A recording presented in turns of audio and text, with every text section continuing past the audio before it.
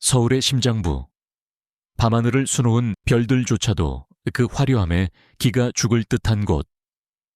SH그룹의 플래그십 호텔 더 스카이팰리스의 최상층 연회장은 대한민국 상위 1%의 세상을 그대로 옮겨놓은 듯했다.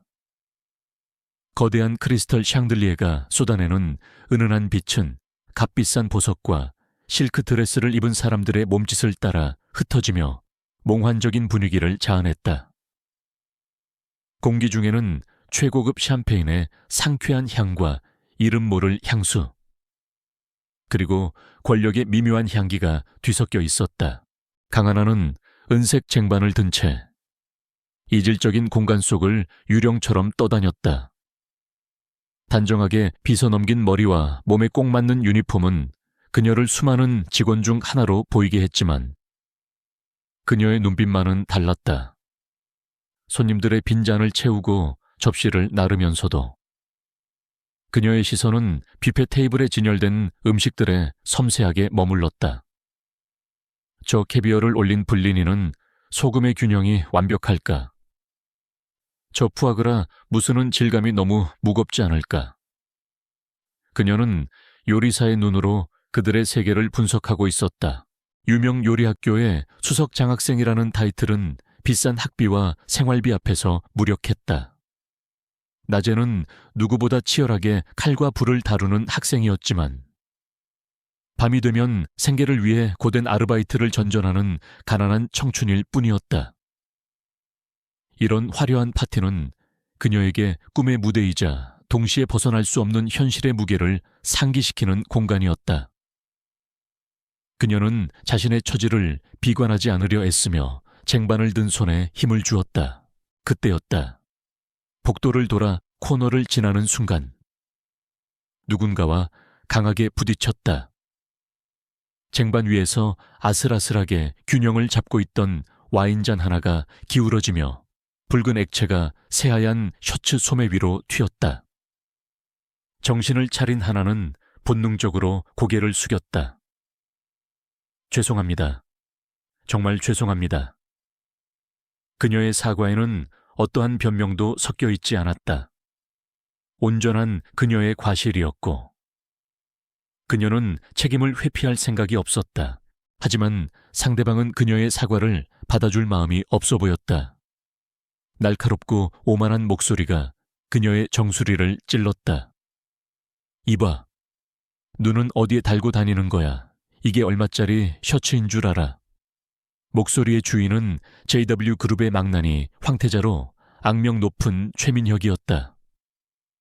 그의 주변에는 항상 그를 따르는 무리들이 하이에나처럼 둘러싸고 있었다. 그의 얼굴에는 불쾌감과 함께 약자를 괴롭힐 기회를 잡았다는 잔인한 희열이 떠올랐다. 하나는 고개를 들어 최민혁을 마주했다. 그의 눈빛에서 경멸을 읽었지만 그녀는 위축되지 않았다. 세탁비는 전액 제가 변상하겠습니다. 필요하다면 셔츠 값도 물어드리겠습니다. 그녀의 목소리는 떨림없이 차분했다. 그녀는 그저 이 상황을 최대한 빨리 그리고 조용히 마무리하고 싶었다. 하지만 그녀의 당당한 태도는 오히려 최민혁의 심기를 더욱 거슬렀다. 그는 이런 하찮은 아르바이트생이 자신 앞에서 굽히지 않는다는 사실이 못마땅했다. 최민혁은 비웃음을 흘리며 한 걸음 다가섰다. 그의 주변을 둘러싼 친구들도 낄낄거리며 하나를 압박했다. 돈 내까짓게 하루 종일 일해서 버는 돈으로 내 셔츠 소매 값이나 되겠어. 그는 노골적으로 그녀의 가난을 조롱했다. 진심으로 사과하고 싶으면 지금 여기서 무릎 꿇고 빌어. 그럼 용서해 줄지 생각해보지. 그의 말에 주변에서 야유와 휘파람 소리가 터져 나왔다. 파티의 소음 속에서 그들 주변은 작은 섬처럼 고립되어 모두의 시선을 끌었다. 하나는 입술을 깨물었다. 무릎을 꿇는 것은 어렵지 않았다.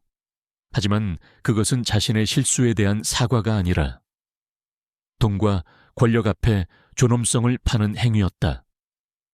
그녀의 아버지는 항상 가르쳤다. 가난할 수는 있어도 비굴해지지는 말라고. 그녀는 꼿꼿이 허리를 폈다. 제 실수에 대해서는 어떤 방식으로든 책임지겠습니다. 하지만 제 존엄성까지 팔 수는 없습니다. 그녀의 단호한 거절은 기름에 불을 붓는 격이었다. 최민혁의 얼굴이 분노로 일그러졌다. 감히 일개 아르바이트생이 자신에게 존엄성을 운운하는 것을 참을 수 없었다. 그는 주변 친구들에게 눈짓했다. 저 건방진 계집애에게 현실을 가르쳐 주어. 그의 말이 떨어지기 무섭게. 옆에 있던 남자가 하나를 거칠게 밀쳤다. 그녀는 균형을 잃고 뒤로 비틀거렸다. 그녀의 등 뒤에는 야간 조명을 받아 푸르게 빛나는 거대한 야외 수영장이 있었다. 안 돼. 하나의 짧은 비명은 주변의 웃음소리에 묻혔다. 풍덩 하는 소리와 함께 차가운 물이 그녀의 온몸을 덮쳤다. 물에 젖은 유니폼은 납처럼 무거워지며 그녀의 몸을 아래로 끌어당겼다. 그녀는 수영을 할 줄 몰랐다. 필사적으로 팔을 휘저었지만 몸은 계속해서 가라앉았다. 수면 위에서는 최민혁과 그의 무리가 터뜨리는 잔인한 폭소가 울려 퍼졌다. 파티에 참석한 사람들은 잠시 술렁였지만 누구 하나 선뜻 나서서 그녀를 도우려 하지 않았다. 그저 흥미로운 구경거리처럼 혹은 불쾌한 해프닝처럼 상황을 지켜볼 뿐이었다. 차가운 물이 폐부 깊숙이 파고들며 숨이 막혀왔다.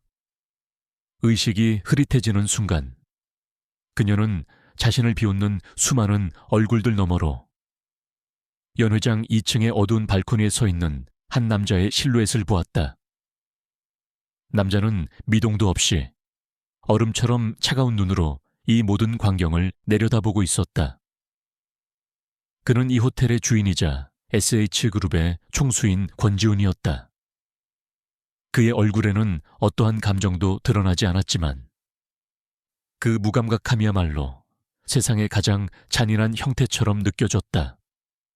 하나의 눈에서 마지막 힘이 빠져나가며 그녀의 몸은 서서히 수영장 바닥으로 가라앉기 시작했다. 의식이 가라앉는 어둠의 끝에서 강한 알을 건져 올린 것은 거칠지만 단호한 손길이었다. 누군가 그녀의 몸을 강하게 끌어안고 수면 위로 올렸다. 콜록거리며 폐 속의 물을 뱉어내는 동안 그녀의 귓게는 사람들의 웅성거림과 최민혁의 신경질적인 목소리가 희미하게 들려왔다. 그러나 그 모든 소음은 검은 정장을 입은 남자들이 그녀의 주위를 에워싸고 두꺼운 타월로 몸을 감싸는 순간 거짓말처럼 멀어졌다.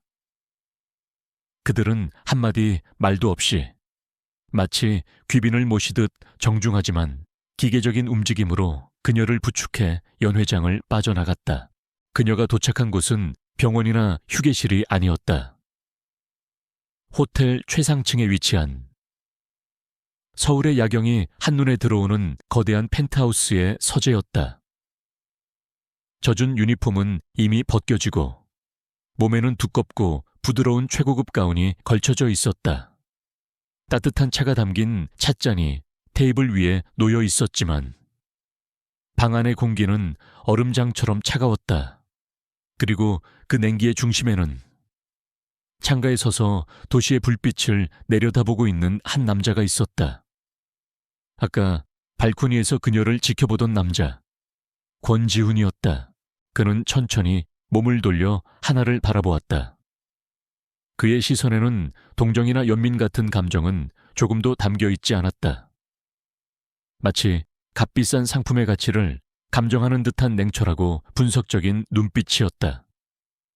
몸은 좀 괜찮나? 그의 목소리는 낮고 차분했지만 그 안에는 사람을 꿰뚫어 보는 듯한 날카로움이 숨어 있었다. 그것은 안부를 묻는 질문이라기보다는 대화를 시작할 준비가 되었는지를 확인하는 것에 가까웠다. 하나는 대답 대신 그를 노려보았다. 아직 가시지 않은 물의 냉기와 방금 겪은 치욕이 뒤섞여 온몸이 떨렸지만 그녀의 눈빛만은 꺾이지 않았다. 이게 다 무슨 상황이죠? 왜 저를 이곳으로 데려온 겁니까?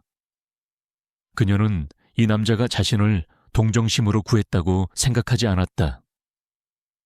상위 1%의 세계에서 대가 없는 호의란 존재하지 않는다는 것을 그녀는 이미 알고 있었다.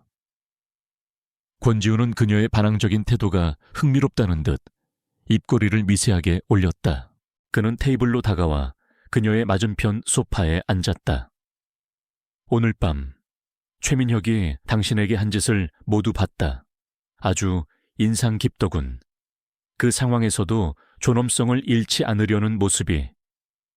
그의 칭찬은 전혀 따뜻하게 들리지 않았다. 오히려 다음 말을 위한 계산된 포석처럼 느껴졌다. 그는 잠시 말을 멈추고 하나의 반응을 살핀 뒤 본론을 꺼냈다. 나와 결혼해줘, 강하나 씨. 폭탄 같은 그의 말에 하나의 사고는 순간 정지했다. 하나는 자신이 잘못 들었나 싶어 귀를 의심했다. 이 남자가 지금 제정신인가? 방금 물에 빠져 죽을 뻔한. 초라한 아르바이트생에게 대한민국 재계 서열 최상위에 있는 SH그룹의 총수가 청혼을 하고 있었다. 지금 저를 놀리시는 겁니까? 그녀의 목소리에는 경계심과 분노가 가득했다. 이것은 분명 또 다른 형태의 기만이고 조롱일 것이라고 그녀는 생각했다. 권지우는 고개를 저었다. 농담할 시간도, 그럴 이유도 없다. 정확히 말하자면 이건 청혼이 아니라 거래 제안이다. 그는 테이블 위에 있던 서류 봉투를 그녀 앞으로 밀었다. 6개월, 딱 6개월 동안 내 법적인 아내가 되어주면 된다. 물론 서류상으로만 계약 기간이 끝나면 우리는 깨끗하게 이혼하고 나는 당신에게 충분한 보상을 제공할 거다. 당신이 평생 돈 걱정 없이 요리 공부에만 전념할 수 있을 만큼 혼란스러운 머릿속으로 하나는 그의 제안을 이해하려 애썼다. 왜 하필 나인가 그녀의 의문을 읽기라도 한 듯. 권지훈이 설명을 이어갔다. 내게는 집안에서 강요하는 정략 결혼을 피할 방패가 필요하다. 그리고 더 중요한 건 현재 JW그룹과 내가 동시에 노리고 있는 프랑스의 한 호텔 체인 인수건이다. 상대편 회장이 아주 보수적인 인물이라. 안정적인 가정을 꾸린 파트너를 선호하지. 최민혁보다는 내가 더 나은 선택지라는 걸 보여줄 필요가 있어. 그의 말은 냉정하고 논리적이었지만 하나는 여전히 납득할 수 없었다. 세상에 여자가 얼마나 많은데 왜 자신이어야 하는가? 그렇다고 해도 왜 저죠? 당신 주변에는 저보다 훨씬 더 나은 조건을 가진 여자들이 많을 텐데요. 그녀의 질문에 권지훈은 처음으로 옅은 미소를 지었다. 그것은 차가운 얼음 위에 잠시 비친 햇살처럼 서늘한 미소였다. 첫째, 당신은 배경이 깨끗하다. 복잡한 집안 문제에 얽힐 일이 없지. 둘째, 당신은 똑똑하고 오늘 보니 맷집도 좋다. 웬만한 상류층 아가씨들보다 내 옆자리를 더 잘 버텨낼 거다. 그리고 마지막으로 그는 몸을 앞으로 숙이며 하나의 눈을 똑바로 응시했다. 당신에게는 최민혁에게 갚아줘야 할 빚이 있으니까 나는 당신에게 그 힘을 줄 수 있다. SH그룹의 안주인이라는 자리는 최민혁이 다시는 당신을 감히 쳐다보지도 못하게 만들 방패이자 그의 오만한 얼굴에 상처를 낼 수 있는 가장 날카로운 칼이 될 거다. 그의 마지막 말은 하나의 심장을 정확히 관통했다. 최민혁. 그 이름은 방금 겪은 굴욕과 공포, 그리고 차가운 물의 감촉을 다시 떠올리게 했다. 수영장가에서 자신을 비웃던 그의 얼굴, 경멸에 찬 눈빛, 그리고 그를 둘러싼 무리의 조롱 섞인 웃음소리가 귓가에 생생하게 울렸다. 복수. 그녀는 단 한 번도 생각해 본 적 없는 단어였지만 지금 이 순간 그 단어는 지독하게 달콤한 유혹처럼 다가왔다.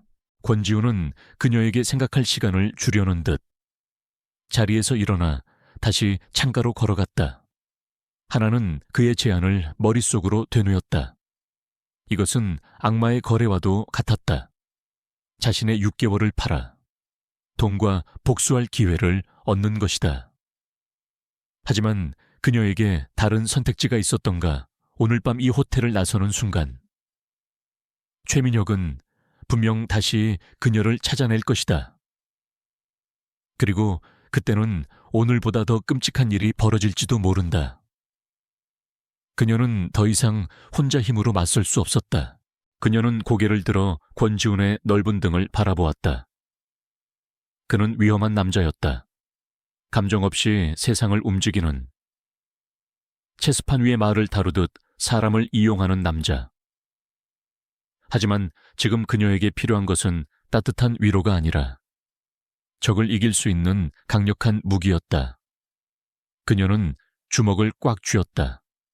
손톱이 손바닥을 파고드는 아픔이 오히려 정신을 맑게 했다. 그녀는 결심했다. 하겠습니다.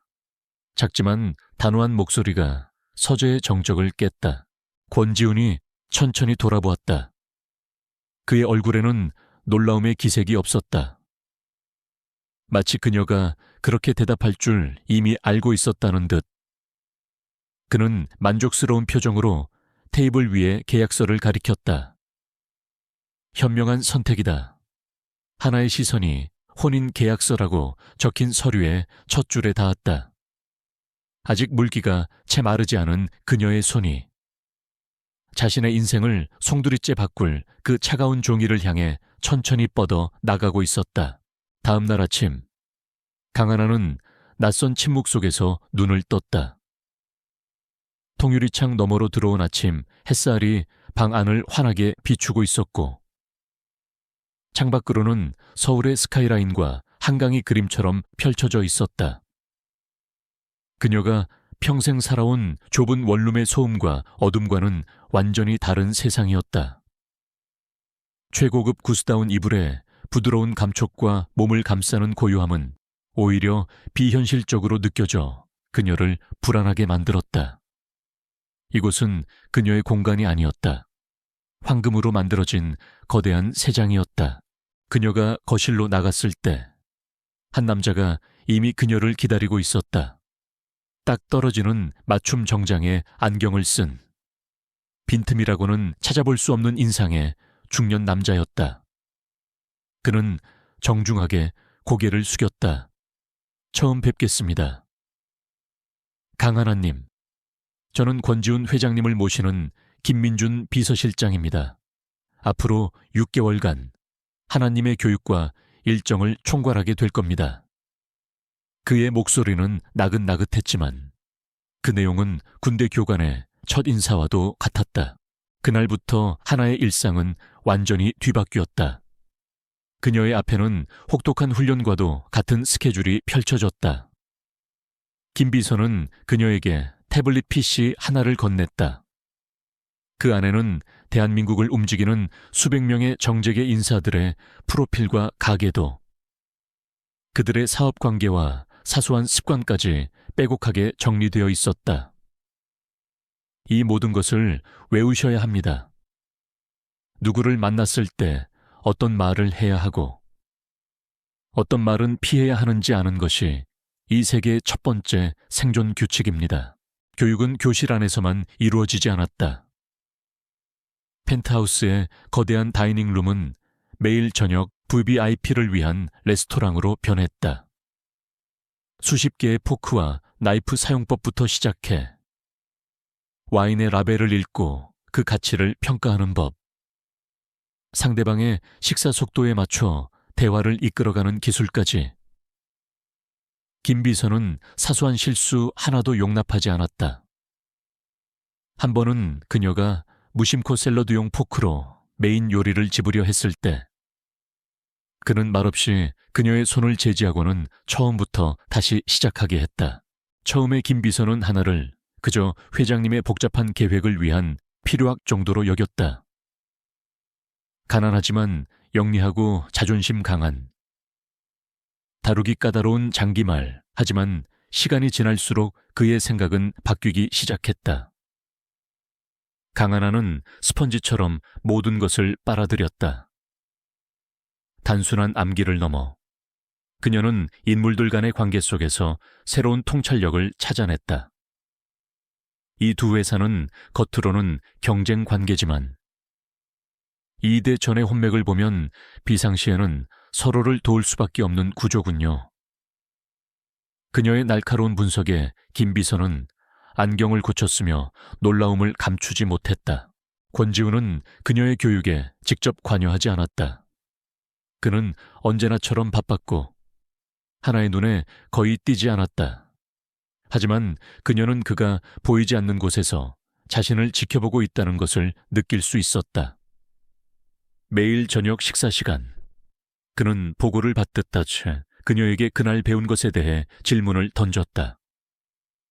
서해안 개발 프로젝트에 대한 이정민 의원의 진짜 속내는 뭐라고 생각하지? 그의 질문은 언제나 핵심을 찔렀고 그녀는 긴장을 늦출 수 없었다. 그녀는 그가 자신을 시험하고 있다는 것을 알았다. 어느 날 밤, 하나는 거실 소파에 앉아 복잡한 기업 지배구조 자료를 읽다가 깜빡 잠이 들었다. 잠시 후 어깨에 느껴지는 온기에 눈을 떴을 때 자신의 몸 위에는 캐시미어, 담요가 덮여 있었고 테이블 위에는 따뜻한 우유가 놓여 있었다. 펜트하우스 안에는 그녀와 권지훈 단둘뿐이었다. 그는 아무 말도 하지 않았지만 그 무심한 배려가 오히려 하나의 마음을 복잡하게 만들었다. 그는 여전히 차갑고 계산적인 남자였지만 그녀는 그 얼음 같은 가면 뒤에 숨겨진 또 다른 모습을 어렴풋이 느끼기 시작했다. 한편 권지훈의 약혼 소식은 사교계에 거대한 파장을 일으켰다. 모두가 그의 옆자리를 차지할 여자가 누구인지 궁금해했지만 SH그룹은 철저하게 함구했다. 이 소식에 가장 격렬하게 반응한 것은 최민혁이었다. 그는 자신의 사무실에서 권지훈과 한 여자의 뒷모습이 찍힌 파파라치 사진이 실린 잡지를 갈기갈기 찢어 발겼다. 감히 나를 물먹인 그 계집애가 권지훈의 약혼녀라고. 그는 치밀어 오르는 분노와 모욕감에 이성을 잃을 지경이었다. 최민혁은 비서에게 소리쳤다. 강하나 그 계집애에 대한 모든 걸 알아내. 어디서 태어났고 가족은 누군지, 과거에 무슨 짓을 하고 다녔는지 뼛속까지 샅샅이 뒤져서 보고해. 그에게 강하나는 이제 단순히 자존심을 긁은 아르바이트생이 아니었다. 자신의 최대 라이벌인 권지훈이 선택한 여자라는 사실만으로도 그녀는 반드시 짓밟아버려야 할 적이 되었다. 그의 눈의 번뜩이는 악의는 더욱 깊고 음험해졌다. 한 달의 시간이 흘렀다. 강하나는 더 이상 어설픈 아르바이트생이 아니었다. 그녀의 걸음걸이에는 자신감이 넘쳤고 눈빛은 차분하게 가라앉아 있었다. 어느 날 저녁, 권지훈이 처음으로 그녀에게 공식적인 일정을 통보했다. 다음 주 금요일, 한국 기업인의 밤 행사에 나와 함께 참석한다. 당신이 내 약혼녀로서 대중 앞에서는 첫 공식 석상이 될 거다. 그의 말은 하나의 심장에 작은 돌을 던졌다. 그의 말이 끝나자 김 비서가 마치 기다렸다는 듯이 화려한 드레스 한 벌을 들고 나타났다. 깊고 푸른 벨벳 소재에 우아하면서도 사람을 압도하는 기품이 느껴지는 드레스였다. 그것은 그녀의 새로운 신분을 상징하는 갑옷과도 같았다. 하나는 거울 앞에 서서 자신을 비추어 보았다. 거울 속에는 낯선 여자가 서 있었다. 두려움과 결의가 뒤섞인 눈빛을 한 전쟁터로 나가기 직전의 병사 같은 여자였다. 그녀는 주먹을 꽉 쥐었다. 이제 도망칠 곳은 없었다. 한국 기업인의 밤 행사가 열리는 호텔 연회장은 보이지 않는 전쟁터였다. 수백 개의 카메라 플래시가 쉴 새 없이 터졌고 사람들의 부드러운 미소 뒤에는 날카로운 이해관계가 번뜩였다. 강하나는 권지훈의 팔짱을 낀 채 마치 잘 훈련된 배우처럼 레드카펫 위를 걸었다. 짙푸른 벨벳 드레스는 그녀의 단호한 눈빛과 어우러져 신비로우면서도 강한 아우라를 만들어냈다. 지난 한 달간의 훈련은 그녀를 완벽하게 다른 사람으로 빚어냈다. 그녀는 더 이상 사람들의 시선에 위축되지 않았다. 오히려 김 비서가 보여준 사진과 자료를 바탕으로 사람들의 얼굴과 이름을 정확히 기억해내고 그들의 관심사에 맞는 대화를 자연스럽게 이끌어갔다. 오성그룹 회장님, 최근에 시작하신 스마트시티 프로젝트에 대한 칼럼 잘 읽었습니다. 그녀의 지적인 모습에 상대방은 놀라움을 표했고 그 모습을 지켜보는 권지훈의 눈에도 희미한 만족감이 스쳤다. 그는 그녀가 이 혹독한 무대에서 예상보다 훨씬 더 잘 버텨주고 있다는 것을 인정해야 했다. 예상했던 대로 그들 앞에 최민혁이 나타났다.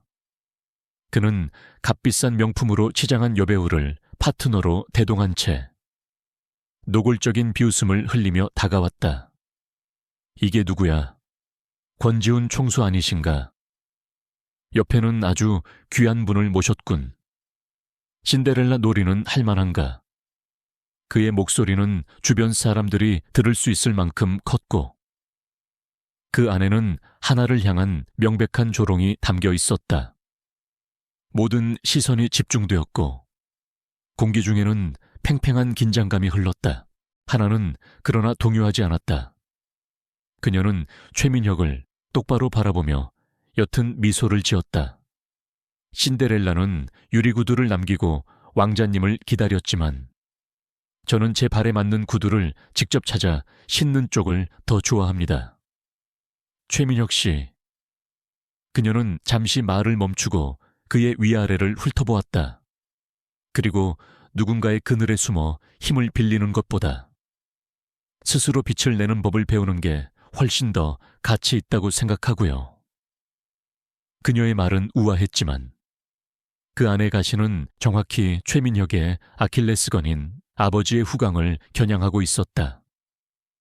그의 얼굴이 굴욕감으로 붉게 달아올랐다.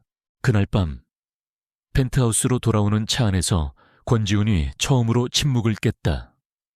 통쾌하더군. 그것은 칭찬이라기보다는 사실에 대한 언급에 가까웠지만 하나는 그 안에 담긴 무게를 느낄 수 있었다. 그는 잠시 창밖을 바라보다가 진짜 용건을 꺼냈다. 최민혁이 JW 타워 개관에 맞춰 야심작을 준비하고 있다. 세계적인 미슐랭 3스타 셰프 장 피에르 듀부아를 영입해 최고급 프렌치 레스토랑을 열 계획이지. 그의 말에 하나의 심장이 뛰었다. 장 피에르 듀부아. 그는 모든 요리사가 존경하는 살아있는 전설이었다. 그 셰프는 까다롭기로 유명해서 아무하고나 계약하지 않는다고 들었습니다. 그녀의 말에 권지훈이 고개를 끄덕였다. 맞아. 그래서 최민혁도 애를 먹고 있지. 듀부아는 지금 새로운 영감을 줄 파트너를 찾기 위해 극비리에 한국에 와 있다. 그리고 내가 그를 위한 작은 이벤트를 하나 준비했지. 그의 눈빛이 날카롭게 빛났다. 이것이 오늘 그녀를 파티에 데려간 진짜 이유였다. 며칠 후 서울의 한적한 갤러리에서 VVIP들을 위한 비밀스러운 시식회가 열렸다. 한국의 미래라는 주제 아래 5명의 셰프가 익명으로 자신의 요리를 선보이는 자리였다. 초대된 손님은 장 피에르 듀부아와 몇몇 음식 평론가, 그리고 소수의 투자자들 뿐이었다. 물론 그 자리에는 자신의 계획이 순조롭게 진행되고 있다고 믿는 최민혁도 포함되어 있었다. 그는 자신이 추천한 국내 최고 셰프의 요리가 뒤부하의 마음을 사로잡을 것이라 확신하고 있었다. 그 시각, 주방 한쪽에서 강하나는 숨을 고르고 있었다. 이곳은 사교계의 화려한 연회장보다 훨씬 더 익숙하고 편안한 그녀의 영역이었다. 하얀 조리복을 입은 그녀는 더 이상 권지훈의 약혼녀가 아니라 오롯이 셰프 강하나였다. 그녀가 준비한 요리는 뿌리라는 이름의 디쉬였다. 한국의 가장 기본적인 식재료인 된장과 간장을 이용해 만든 소스를 곁들인 최상급 한우 안심 스테이크였다. 프랑스 요리의 기법을 빌렸지만 그 맛의 근본은 한국의 땅과 시간에 있었다. 드디어 시식의 시간이 되었다. 네 번째까지의 요리가 끝나고 마지막으로 하나의 요리가 테이블에 올랐다. 화려하지는 않지만 정갈하고 기품 있는 플레이팅에 장내의 미묘한 정적이 흘렀다. 최민혁은 코웃음을 쳤다. 장피에르 뒤부하는 무표정한 얼굴로 나이프와 포크를 들었다. 그는 고기 한 점을 잘라 입에 넣고는 천천히 음미했다. 그리고 그 순간 그의 얼굴에 처음으로 변화가 생겼다. 그의 눈이 커졌고 그는 잠시 모든 동작을 멈추었다. 그는 와인으로 입을 헹군 뒤 다시 한번 신중하게 요리를 맛보았다. 그의 미간에 깊은 주름이 잡혔다. 그것은 불쾌감이 아니라 깊은 사색과 감동의 표현이었다. 마침내 그가 포크를 내려놓고 입을 열었다. 이 요리는 단순한 음식이 아니군. 철학이자 이야기다. 전통을 존중하면서도 미래를 향한 대담한 도전이 느껴져. 그의 극찬에 장내가 술렁였다. 최민혁의 얼굴은 굳어졌다. 뒤부하는 사회자를 향해 말했다.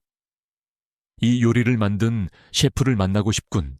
당장 주방 문이 열리고 강하나가 천천히 걸어 나왔다.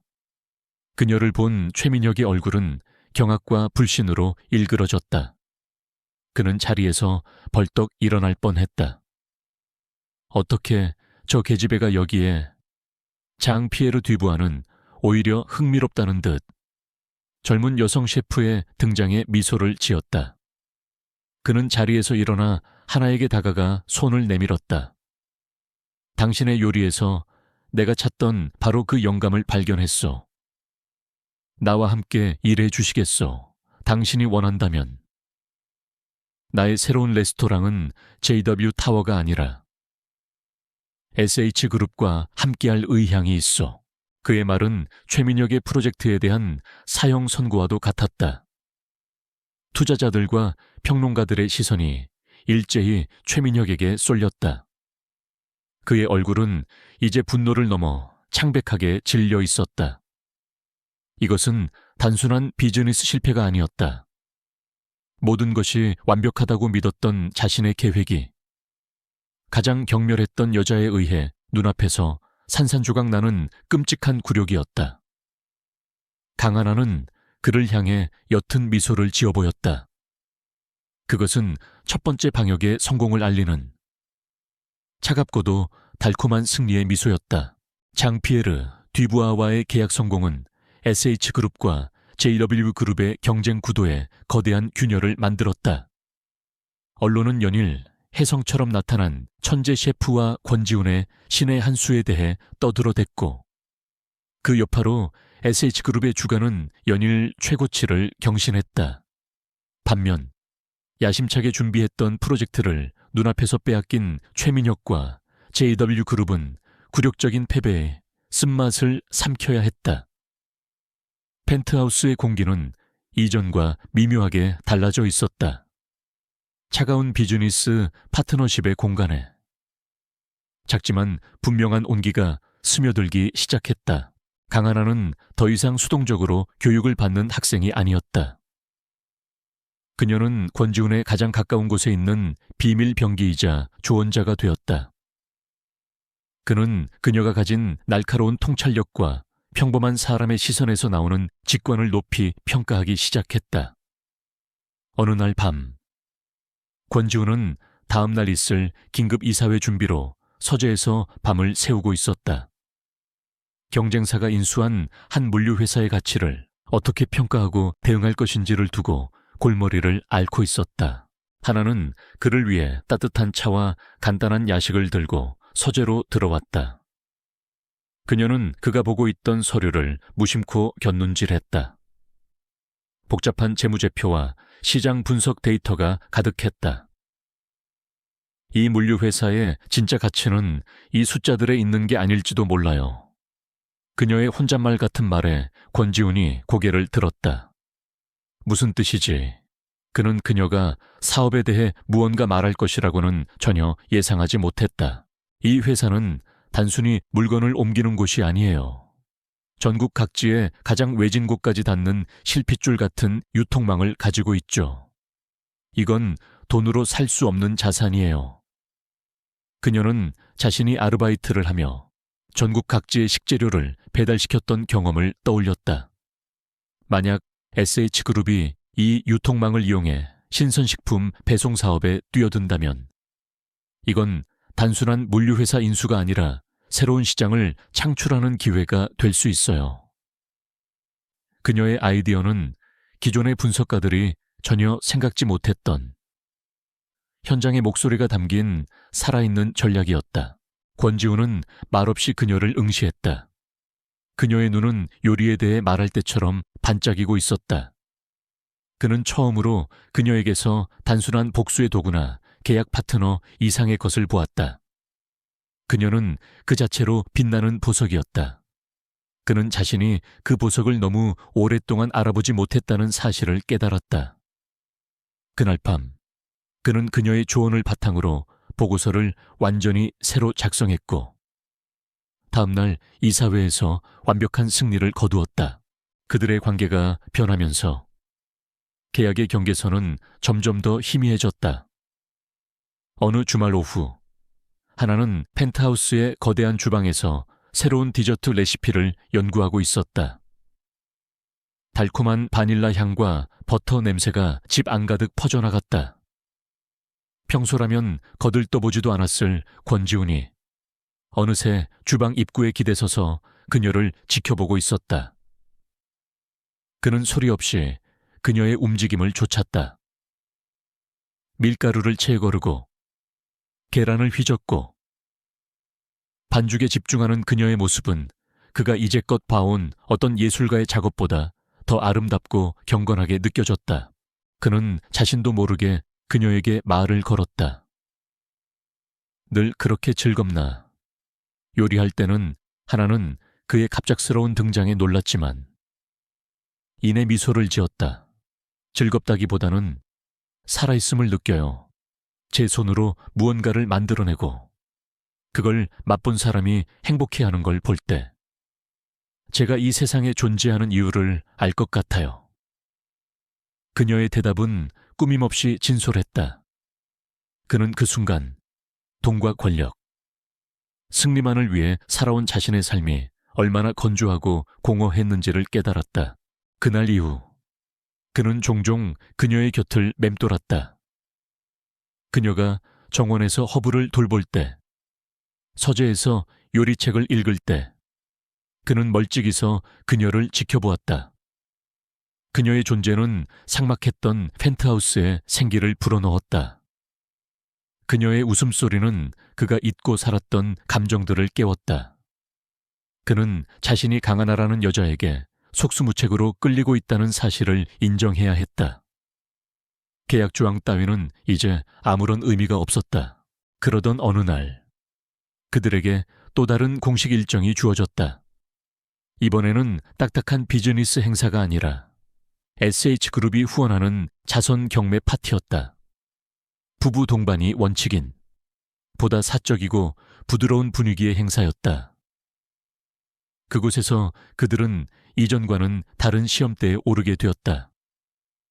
파티의 호스트인 한 원로 기업가 부부가 그들에게 다가와 친근하게 물었다.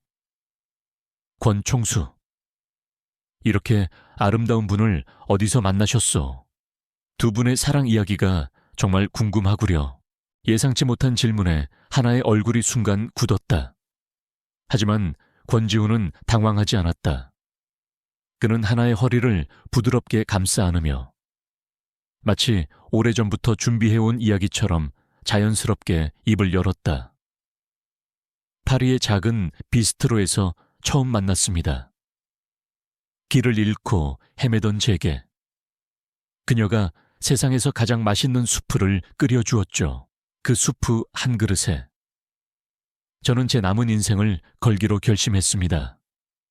그의 목소리는 더없이 감미로웠고 하나를 바라보는 눈빛에는 깊은 애정이 담겨 있었다.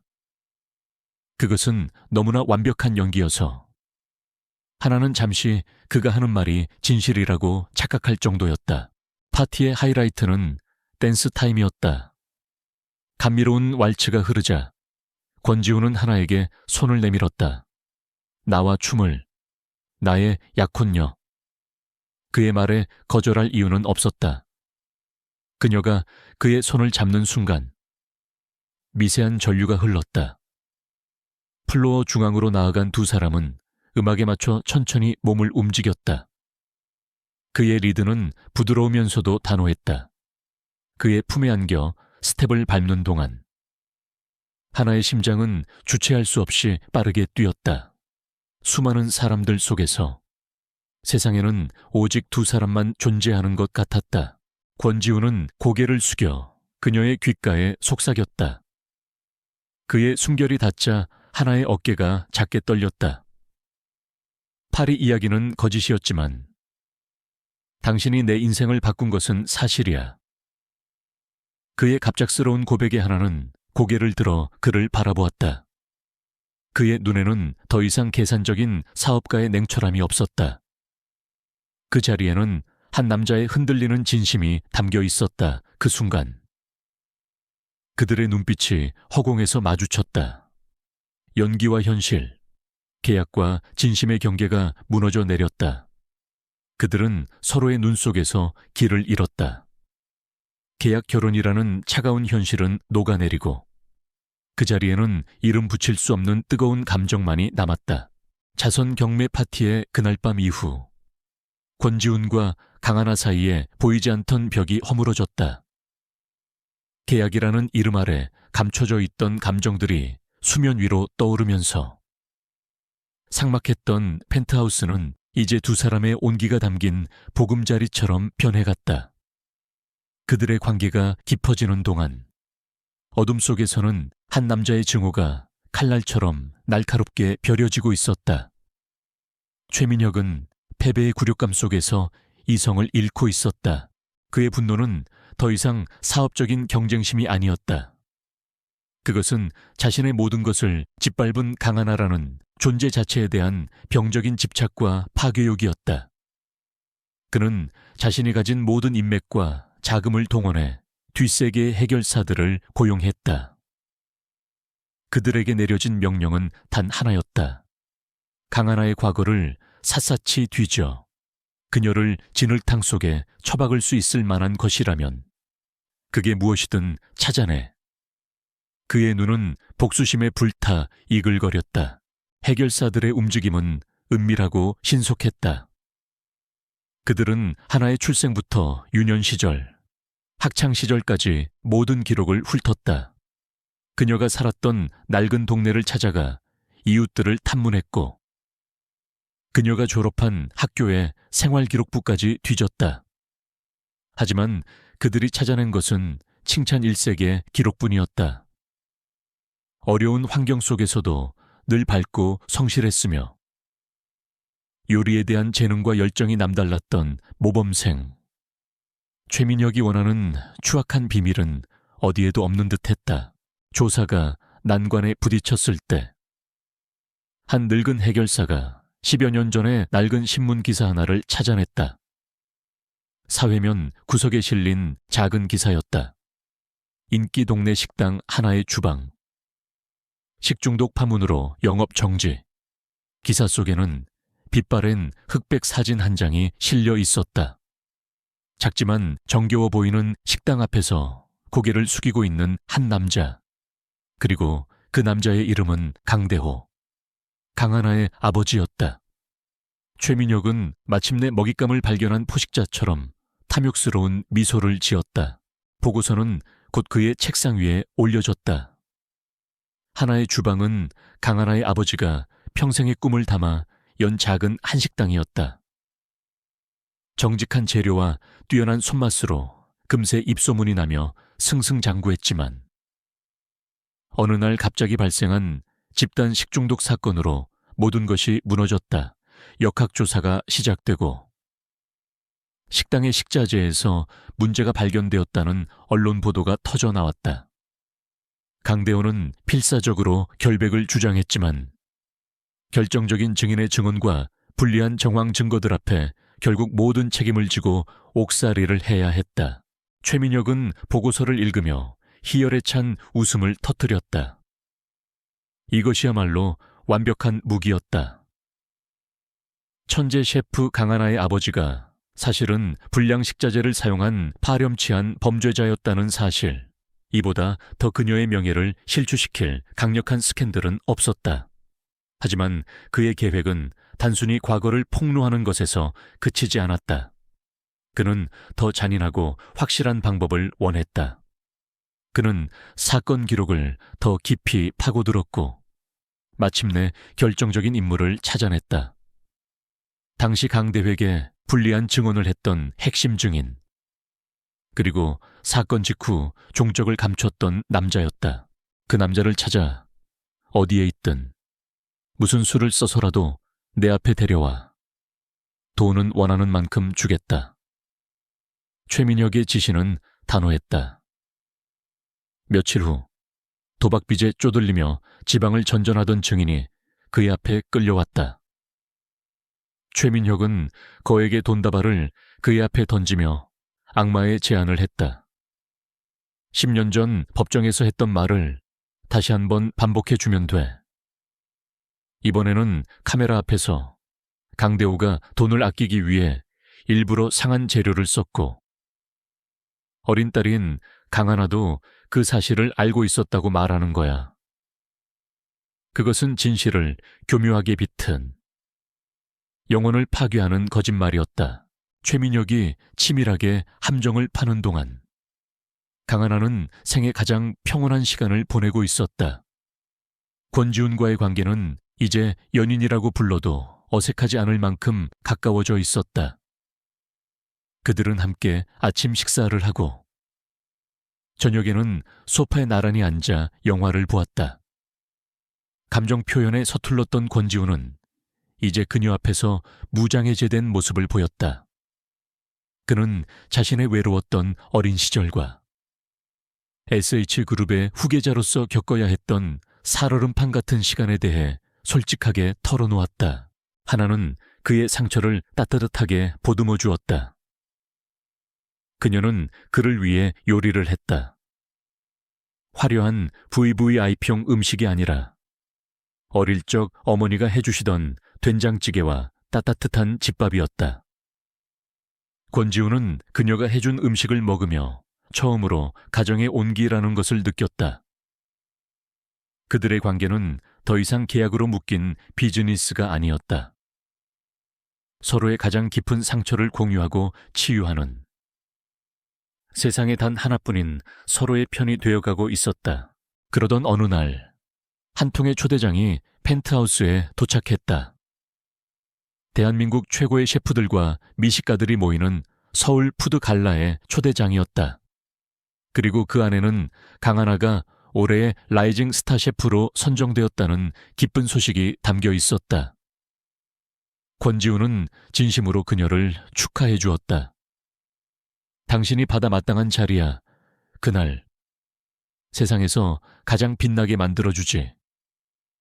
그의 말에 하나는 행복한 미소를 지었다. 그녀는 자신의 노력과 재능이 드디어 세상의 인정을 받는다고 생각했다. 같은 시각 최민혁 역시 똑같은 초대장을 손에 들고 있었다. 그는 수상자 명단에 적힌 강하나의 이름을 보며 경멸적인 미소를 지었다. 그에게 이 갈라쇼는 그녀를 위한 축제의 장이 아니었다. 그녀를 나락으로 떨어뜨리기 위해 완벽하게 준비된 공개 처형대였다.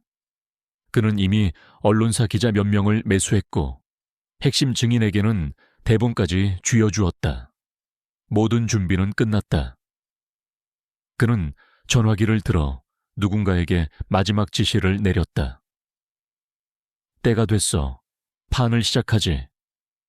그의 눈빛은 뱀처럼 차갑고 잔인하게 빛나고 있었다. 서울 푸드 갈라가 열리는 컨벤션 홀은 대한민국 미식계의 별들이 모두 모인 은하수와 같았다. 강하나는 권지훈의 손을 잡고 그 별들 사이를 걸었다.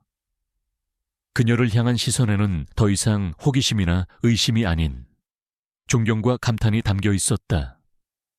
전설적인 셰프들이 먼저 다가와 그녀에게 악수를 청했고 까다로운 미식가들은 그녀의 다음 요리를 기대한다며 찬사를 보냈다. 권지훈은 그런 그녀를 자랑스러운 눈빛으로 바라보며 그녀의 허리를 단단히 감싸 안았다. 드디어 시상식의 하이라이트인 라이징 스타 셰프 부문이 시작되었다.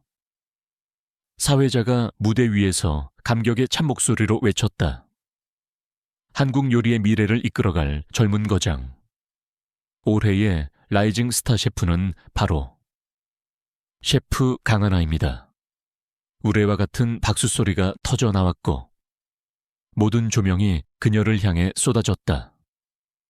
하나는 벅차오르는 가슴을 안고 권지훈에게 짧게 미소 지은 뒤 꿈에 그리던 무대를 향해 발걸음을 옮겼다. 그녀가 무대 중앙에 거의 다다랐을 때였다. 갑자기 연회장의 모든 조명이 꺼지고 무대 뒤편에 거대한 스크린이 섬광처럼 켜졌다.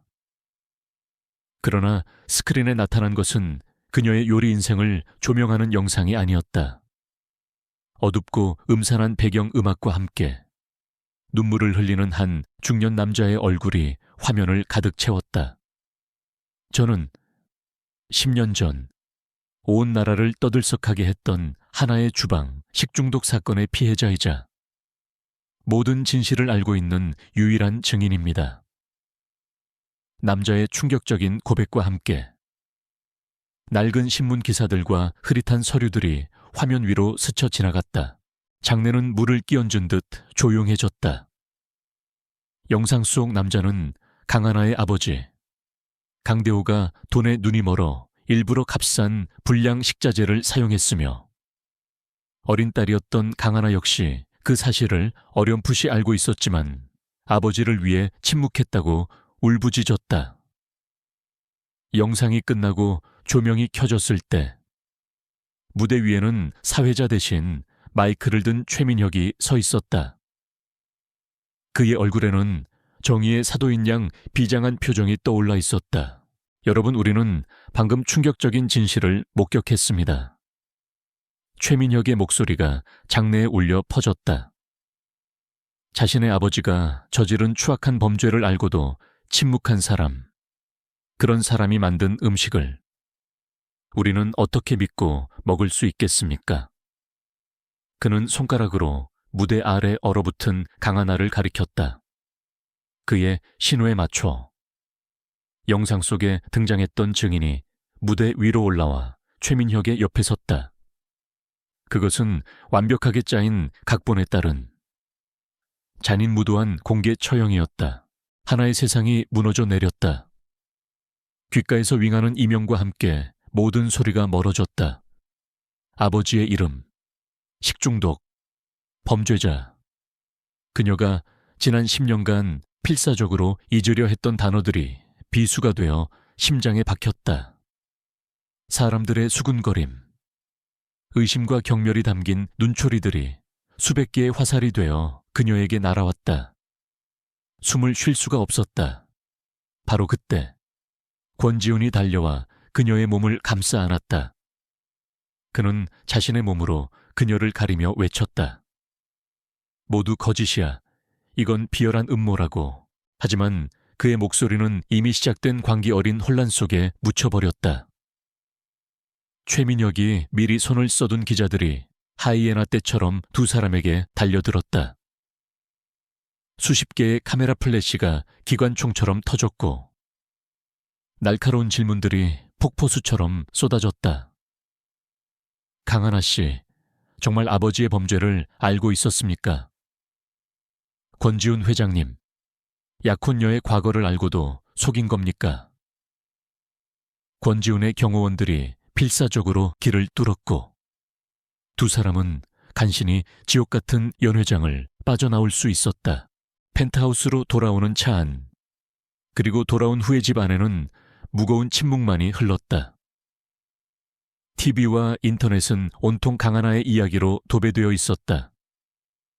천재 셰프의 두 얼굴, 국민을 속인 부녀 사기단. 자극적인 헤드라인 아래로 SH그룹의 주가가 수직으로 폭락하는 그래프가 실시간으로 보도되었다. 권지훈의 휴대폰은 불이 나도록 울려댔다. 이사회의 격분한 목소리, 그리고 무엇보다도 그룹의 명예를 중시하는 할아버지의 녹이 어린 호통이 쏟아졌다. 당장 그 여자와 연을 끊어라. 그룹 전체를 망하게 할 셈이냐. 하나는 소파에 앉아 넋 나간 사람처럼 허공을 응시했다. 그녀는 자신의 과거가 결국 사랑하는 남자까지 집어삼키는 괴물이 되었다는 것을 깨달았다. 그녀 때문에 그의 명예가 더럽혀지고 그가 평생을 바쳐 지켜온 회사가 무너지고 있었다. 그녀는 그에게 짐이 되었고 독이 되었다. 눈물이 뺨을 타고 흘러내렸다. 그녀는 자리에서 일어나 비틀거리며 권지훈에게 다가갔다. 그가 걱정스러운 얼굴로 그녀의 팔을 잡으려 하자 그녀는 그 손을 뿌리쳤다. 우리 여기까지예요. 그녀의 목소리는 유리 조각처럼 위태롭게 떨렸다. 권지훈의 얼굴이 고통스럽게 일그러졌다. 무슨 소리야. 내가 다 해결할 수 있어. 이건 계약 같은 게 아니잖아. 하지만 하나는 고개를 저었다.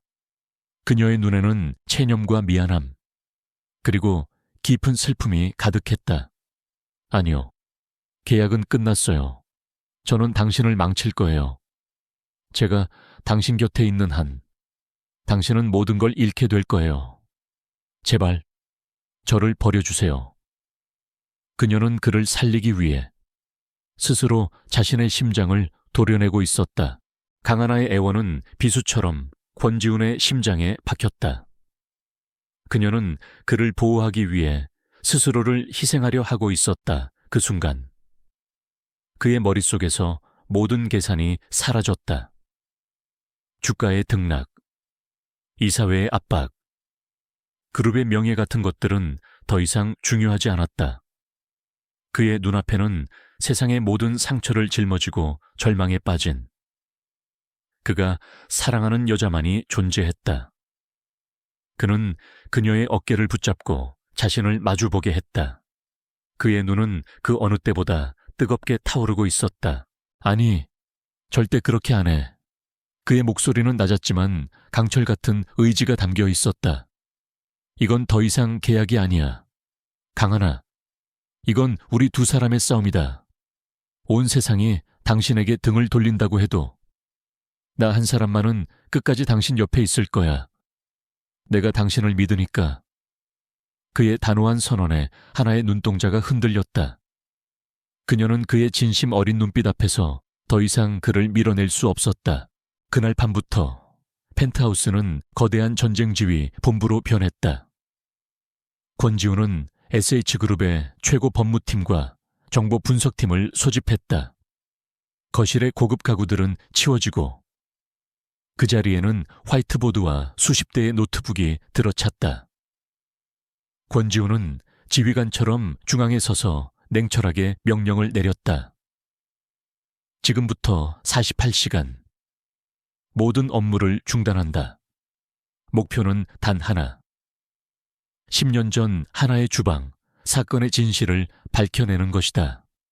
관련된 모든 인물, 서류, 자금 흐름까지 먼지 한 톨 남기지 말고 전부 파헤쳐 김 비서를 필두로 한 정예팀은 일사불란하게 움직였다.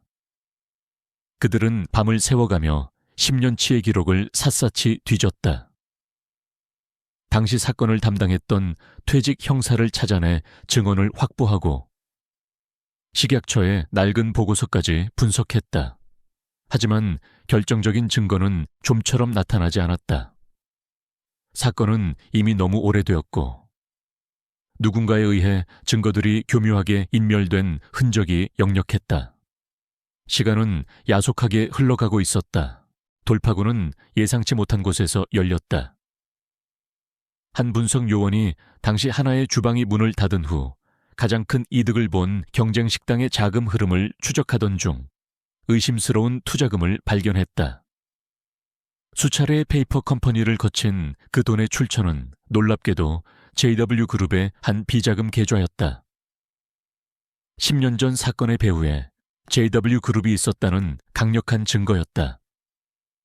팀원들의 눈이 빛났다. 이제 남은 것은 최민혁과 현재의 스캔들을 연결할 마지막 퍼즐 조각. 바로 거짓 증언을 한 증인을 찾는 것이었다. 권지훈의 정보팀은 그의 최근 행적을 추적해 그가 강원도의 한 고급 카지노에서 도박을 하고 있다는 사실을 알아냈다. 김 비서가 직접 현장으로 향했다. 그는 도박 빚에 몰린 증인에게 두 가지 선택지를 제시했다. 최민혁에게 받은 돈과 관련된 탈세 및 불법 자금 수수 혐의로 감옥에 갈 것인가? 아니면 모든 진실을 털어놓고 법의 보호를 받을 것인가? 궁지에 몰린 증인은 결국 모든 것을 자백했다. 10년 전 JW그룹의 사주를 받고 위증을 했으며 최근에는 최민혁에게서 거액의 돈을 받고 다시 한번 거짓말을 했다는 사실을 영상 카메라 앞에서 낱낱이 털어놓았다. 권지훈은 마침내 최민혁의 목을 겨눌 가장 날카로운 칼을 손에 쥐었다. 그는 즉시 SH그룹의 이름으로 긴급 기자회견을 소집했다. 기자회견장은 이틀 전의 갈라쇼보다 더 많은 기자들로 인산인해를 이루었다. 모두가 권지훈이 강하나와의 관계를 정리하고 그룹의 위기를 수습할 것이라고 예상하고 있었다. 최민혁 역시 자신의 사무실에서 여유롭게 TV를 통해 이 광경을 지켜보고 있었다. 그러나 단상 위에 선 권지훈의 모습은 패배자의 그것이 아니었다. 그는 그 어느 때보다 침착하고 단단해 보였다. 오늘 저는 SH그룹의 회장으로서가 아니라 한 남성으로서 그리고 짓밟힌 진실의 증인이 되고자 이 자리에 섰습니다. 그의 충격적인 첫마디에 장내가 술렁였다. 그는 곧바로 거대한 스크린을 통해 증인의 자백 영상을 공개했다. 영상이 끝나자 그는 10년 전 사건의 배후에 JW그룹이 있었다는 명백한 자금 흐름 증거 자료들을 차례로 제시했다. 기자회견장은 순식간에 충격과 경악으로 뒤덮였다. 모든 증거 공개를 마친 권지훈은 잠시 숨을 골랐다. 그리고 그는 카메라 렌즈를 그 너머에서 이 모든 것을 지켜보고 있을 강하나를 향해 시선을 고정했다. 그의 목소리는 더 이상 차가운 총수의 것이 아니었다. 세상에서 가장 따뜻하고 부드러운 음성이었다. 강하나 씨, 이 모든 고통을 혼자 짊어지게 해서 미안합니다. 나의 마음은 당신이 처음 내민 계약서 따위로 정의할 수 있는 것이 아닙니다. 그는 전 세계가 지켜보는 앞에서 자신의 모든 것을 걸었다. 저는 당신을 사랑합니다. 당신의 재능과 강인함, 그리고 부서지지 않는 영혼을 사랑합니다. 저는 앞으로 SH그룹의 회장으로서가 아니라 제가 사랑하는 여자를 평생 지킬 한 남자로서 그녀의 곁에 서겠습니다. 그의 진심 어린 고백은 기자회견장을 통해 대한민국 전역으로 생중계되었다. 펜트하우스의 어두운 방 안.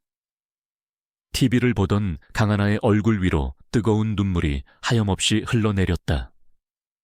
그것은 절망의 눈물이 아닌 구원의 눈물이었다. 권지훈의 기자회견은 대한민국 재계에 거대한 지진을 일으켰다. JW그룹의 이름은 순식간에 악덕 기업의 대명사가 되었고 대중의 분노는 걷잡을 수 없는 불길처럼 번져나갔다. JW그룹이 생산하는 모든 제품에 대한 불매운동이 전국적으로 일어났고 파트너 기업들은 연이어 계약 파기를 선언했다. 그룹의 주가는 휴지 조각이 될 기세로 연일 폭락했고 검찰은 즉시 그룹 전체에 대한 고강도 압수수색과 수사에 착수했다. 최민혁의 아버지인 최 회장은 평생을 바쳐 이룩한 자신의 제국이 아들 때문에 무너지는 것을 지켜봐야 했다. 그는 차가운 집무실로 최민혁을 불렀다. 아들의 얼굴에는 절박함과 애원이 담겨 있었지만 최 회장의 눈에는 경멸과 냉기만이 가득했다. 그는 아들을 가족이 아닌 제국을 위협하는 암적인 존재로 취급했다. 오늘부터 너는 내 아들이 아니다. JW그룹을 살리기 위해 나는 너를 버리겠다. 그것은 아버지로서 내리는 사형 선고였다. 모든 법적, 재정적 지원은 끊겼고 최민혁은 하루아침에 모든 것을 잃고 거리로 나앉게 되었다. 최민혁이 나락으로 떨어지는 동안 강하나는 잿더미 속에서 불사조처럼 다시 태어나고 있었다. 권지훈의 지지와 사랑은 그녀에게 세상과 맞설 수 있는 용기를 주었다. 그녀는 더 이상 숨지 않았다. 며칠 후 그녀는 수많은 카메라 앞에서 자신의 이름으로 된 공식 성명을 발표했다. 그녀의 목소리는 떨리지 않았다. 그녀는 복수를 외치지 않았고 동정을 구하지도 않았다. 그녀는 돌아가신 아버지의 꿈과 명예에 대해 이야기했다. 그리고 자신과 같이 거대 권력에 의해 희생된 사람들을 돕기 위한 공익재단을 설립하겠다고 발표했다. 그녀는 자신의 아픔을 더 큰 선의를 위한 힘으로 승화시킨 것이다.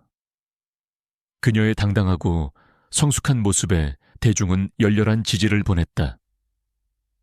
그녀는 이제 동정의 대상인 비운의 천재 셰프가 아니라 역경을 이겨낸 희망의 아이콘으로 거듭났다. 권지훈은 그런 그녀를 자랑스러운 눈빛으로 지켜보았다.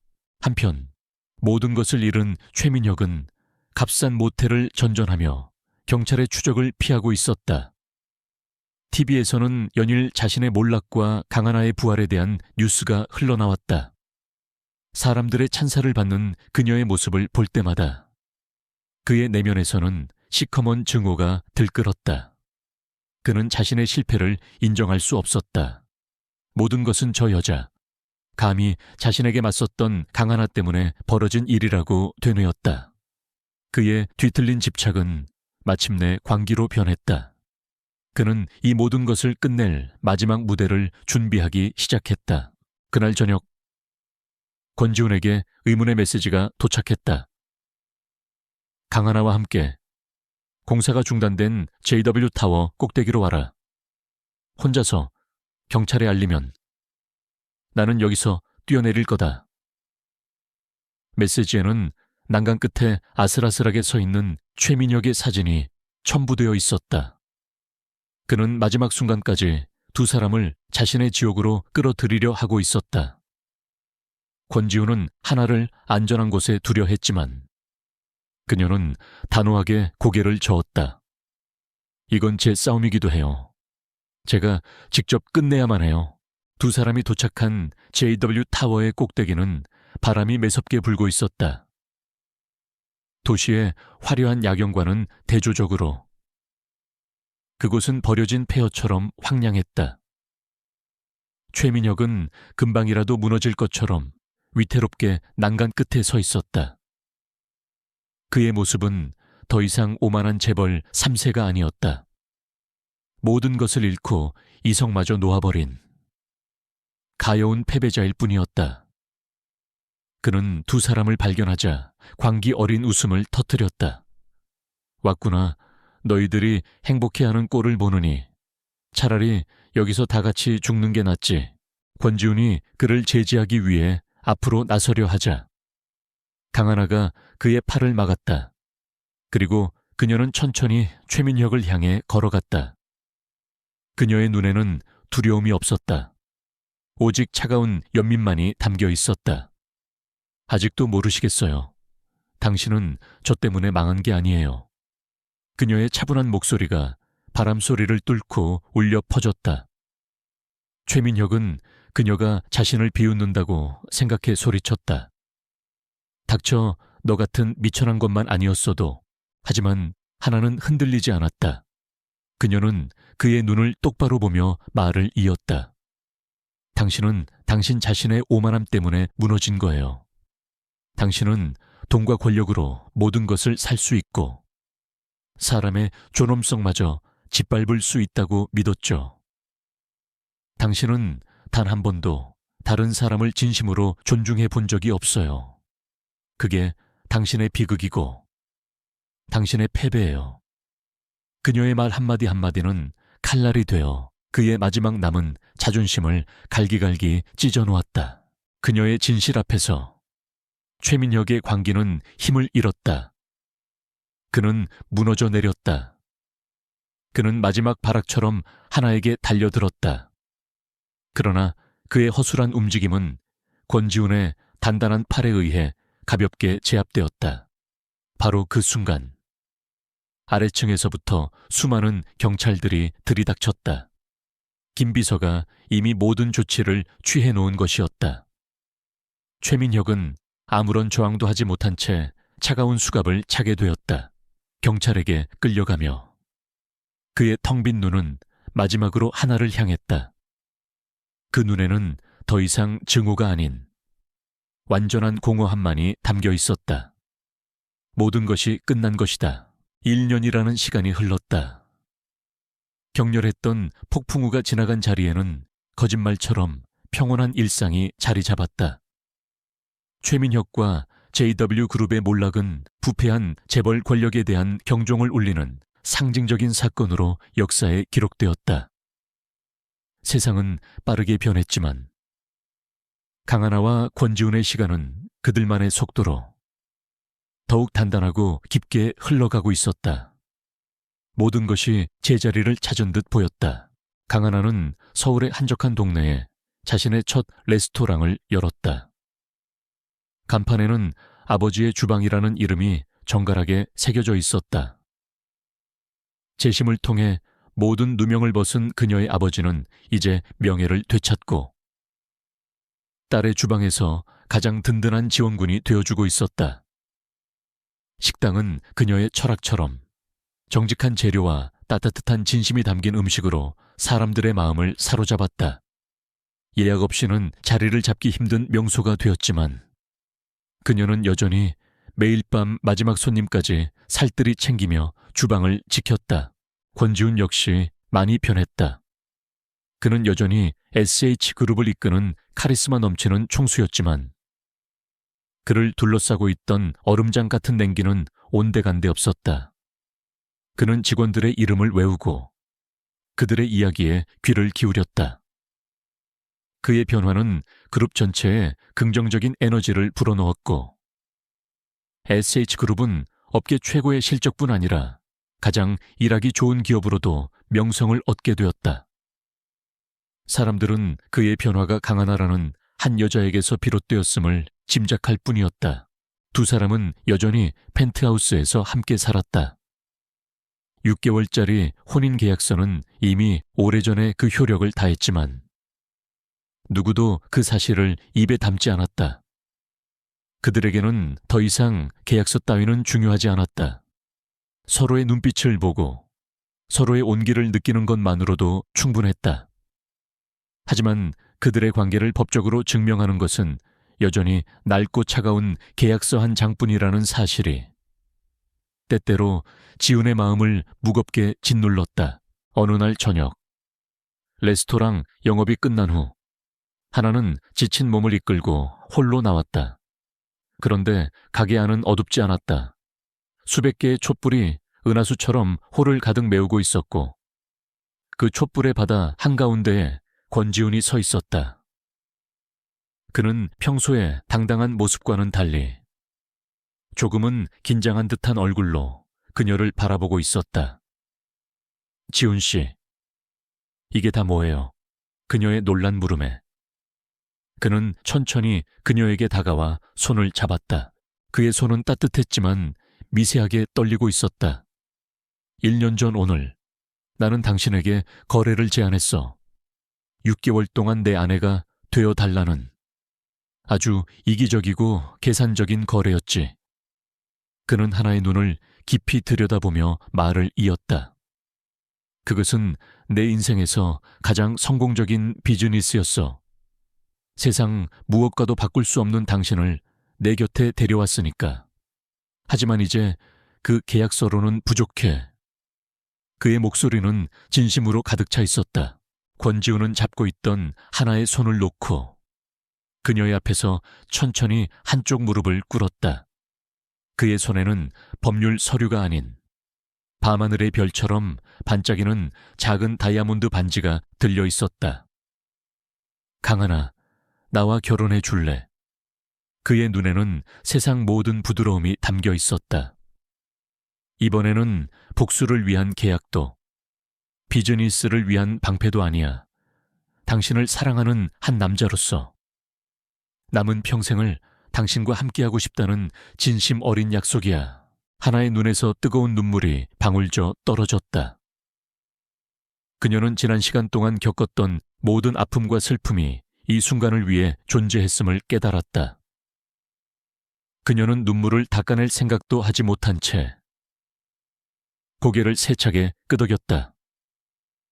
네, 결혼할게요. 지훈 씨. 그녀의 대답에 권지훈의 얼굴에 비로소 안도의 미소가 번졌다. 그는 일어나 그녀의 손가락에 반지를 끼워주고는 그녀를 품에 가득 안았다.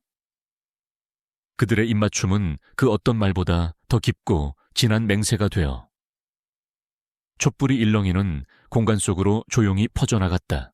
에필로그 3년 후 아버지의 주방은 미슐랭 3스타를 받은 세계적인 레스토랑이 되었고 강하나가 설립한 재단은 수많은 젊은 요리사들의 꿈을 지원하는 희망의 등대가 되었다.